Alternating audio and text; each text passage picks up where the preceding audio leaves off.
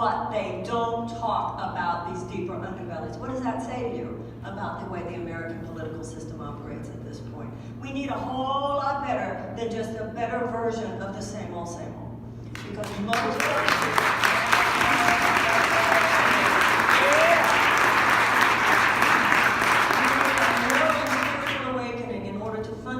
disrupt the pattern of political dysfunction in this country. We need to deal with the fact that it's a sociopathic economic system. We need to address the fact that these children, millions of them, live in chronic economic despair and trauma. We need to deal with the fact that it's time to take that next step in terms of addressing systemic racial injustice in this country, whether it is social, economic, educational, or criminal. And we need to change the dynamic from preparedness for war as our main modality for peace, and instead know that we must wage peace. There's nothing about just constantly preparing for war that means you are actually preparing for peace. And if the political system of the United States does not have it within itself, because of its obeisance to military industrial contractors, because of its obeisance to fossil fuel companies, because of its obeisance to chemical companies, because of its obeisance to agribusiness, because of its obeisance to big pharma, because of its obeisance to health insurance companies, because of its obeisance to this conglomerate of multinational corporations, it's time for we, the people of the United States, say, maybe you guys won't do it. I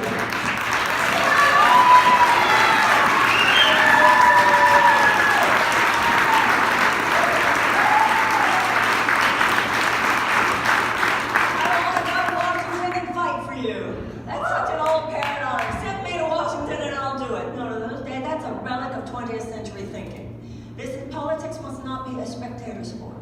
I want to work with you. I want to co-create with you. New paradigm leadership means that the leader is holding the space for the brilliance of others. I don't know anything you don't know, and I'm not thinking anything you don't think, but I'm saying it, and I'm asking you to say it with me. To say it locally, to say it in your state legislatures. This has to be something that the American people understand is going down, because the real opponents of democracy, this false obeisance to these corporate the new economic overlords of the United States, are everywhere. And it is happening on local levels, and it is happening in our families, and it's happening in our schools, and it's happening in our civilization, it's happening in our state houses. And when the American people rise up, let me tell you something, there are a lot of people on this planet who roll their eyes about Americans, particularly where we've gone in the last 50 years. The bullying, the cowboyness, the swagger. So many people now roll their eyes about America. And they think we are so slow to wake up to what's really happening. But those same people know that if you look at the historical arc of this country, yeah, we're sometimes slow to wake up, but when we do, we slam it like nobody's business. Ladies and gentlemen, it's time for us to slam it. And if you elect me President of the United States, I promise you, we will.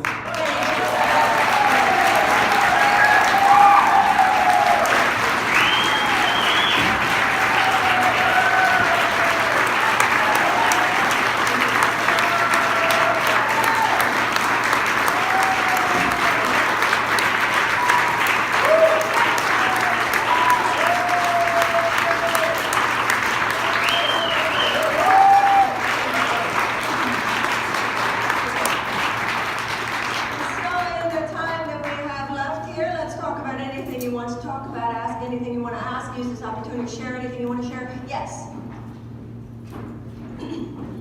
I think somebody's coming at you with a mic. Yes. Do you support the Green New Deal? Pardon? The Green New Deal. Yes, but it's funny you said the Green New Deal. I support a Green New Deal. So I think sometimes the idea of a Green New Deal, absolutely, I support. The idea that we have this huge system, this huge, like the New Deal of Franklin Roosevelt, where we create jobs, all green, all sustainable, absolutely, I do. Yes. Yes? Marianne, can we wage peace if we don't act on climate change? No, we can't. We can't even have a planet if we don't act on climate change. You know, it's kind of like for somebody in recovery with drugs and alcohol, your sobriety has to come first. If you don't take care of that, nothing else is going to happen. And I have to tell you something. Some of these kinds of things are, you get any good Democrat, and if any good Democrat wins, we'll get those things. And that's why I always supported any Democrat, whether it's me or anyone else. So some things, you just got to make sure a Democrat wins, we'll get that. A good progressive Democrat wins, we'll get that. Good progressive Democrat wins, we'll get that. I feel that my conversation actually is such that we need to expand beyond that as well. Because even in both of those issues, What you're talking about is the dysfunction of the human mind that we have treated the earth the way we have treated it. Now, for the women in the room, I want to share a little something about, I mentioned someone actually telling me she was a pagan culture earlier in the evening. The beginning of the environmental crisis was the destruction of the old pagan culture by an early dispensation of the Christian church.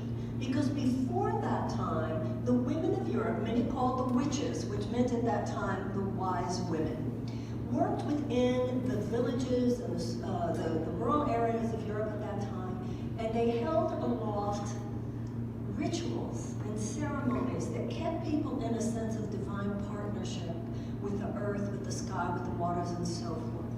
The early dispensation of Christianity, I'm not saying that's Christianity today, introduced a very different paradigm, which is one of the reasons I wanted to destroy that culture, in which it was no longer deemed that mankind was in partnership with nature, but rather that God had given man power over nature. And then even they left out the "but be a good steward" part. And so with that divine connection, it's all about lack of reverence. That's where the moral and spiritual dysfunction is, a lack of reverence. When I think of things like fracking, it shows such a lack of reverence for the earth. And so we have to address more than climate change. We have to address this moral and spiritual dysfunction within ourselves that has led us to not realize the insanity of destroying your habitat. And so we need to do more. And by the way, this is another example. Let's say, right now, obviously, our EPA functions as a mockery of its original intent.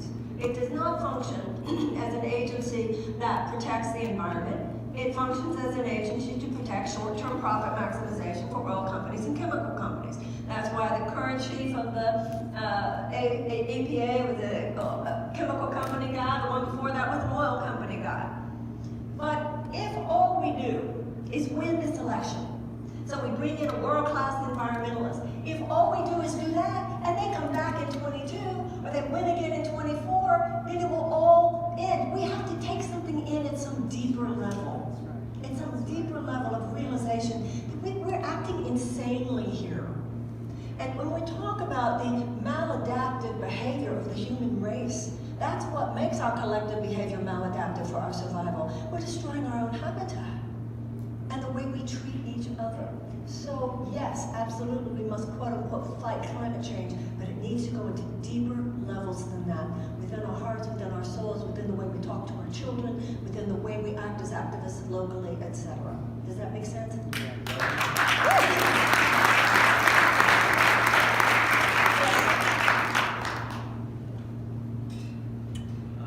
I agree with a lot of the things that you're saying. I don't know much about you.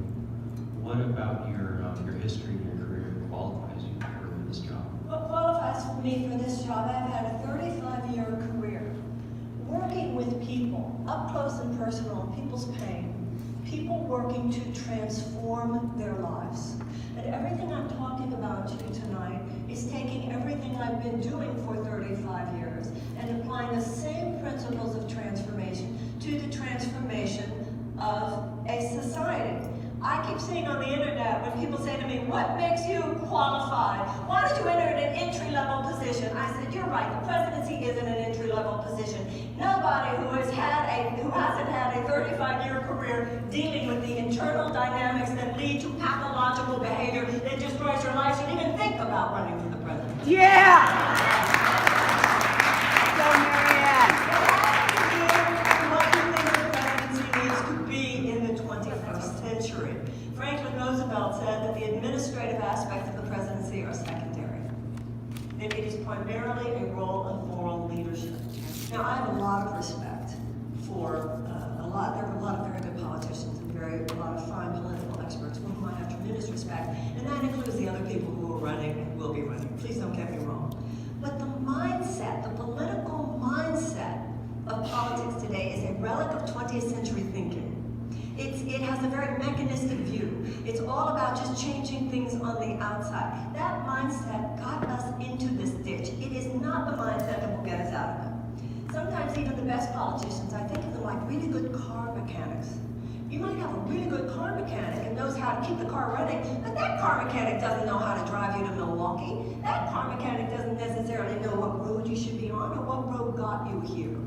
Somebody said to me in an interview earlier today, well, Ms. Williamson, you've been very much about inspiration. But you know, that has nothing to do with politics. Politics just has to do with dollar cents. I said, politics has nothing to do with inspiration, huh? Then what was the Declaration of Independence? Then what's Lincoln's second inaugural address? Has nothing to do with inspiration. Then what is the Gettysburg Address? What was the abolitionist movement? What was the suffragette movement? What was the civil rights movement? Politics today is the aberration. The fact that I'm talking inspiration in politics, I'm the great American tradition in that, not me personally, but that conversation. We need to reclaim politics for the great aspirational nature of the American character. What it has become is not what it should continue to be.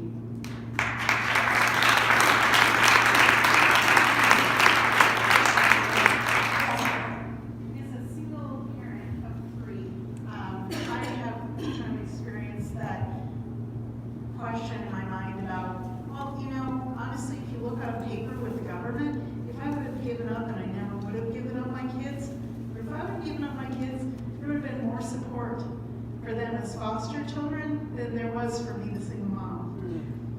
And I guess to me, there's a lot of stones I can kick over.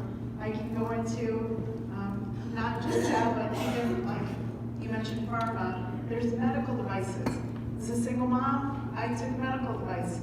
They laughed when they decided how it might be if that medical device didn't turn out.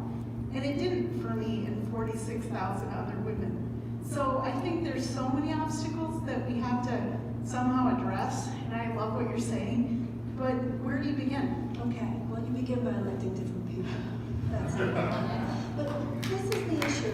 We have been trained to expect so little. We have been trained to ask for so little. Every other advanced democracy has universal health care. We've been trained, we've been propagandized into it. It's all propaganda. It's what we have allowed to happen in our minds.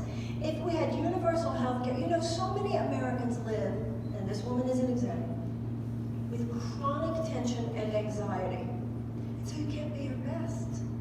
So many people in America, what's going to happen if I get sick? What's going to happen if one of my kids gets sick? I have to stay in this job even though I hate it, but I need to be there for the benefits. How am I going to pay for my kids to go to college? How are we going to pay off these college loans? It does not have to be this way. It does not have to be this way. We are an individual and a nation expresses its morals by how it spends its money.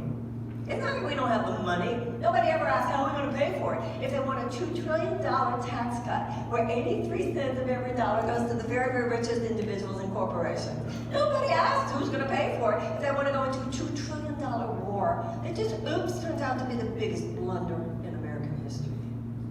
Every dollar you put into people, into education, into making life one in which it is easier for people to soar. You know, you can't, how can you live your life? How can you be your best when you're so chronically upset all the time and anxious all the time? And Big Pharma has an answer for that. Oh, ladies and gentlemen, let us awaken.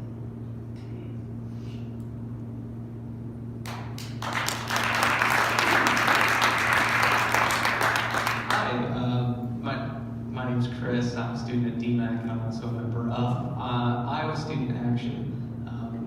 I just want to preface this question by thanking you, Mrs. Williamson, for fighting for free college for all for students. You know, I wear hearing aids, and I'm having a hard time hearing you. Can you put the mic a little bit? I need to see your mouth. Okay.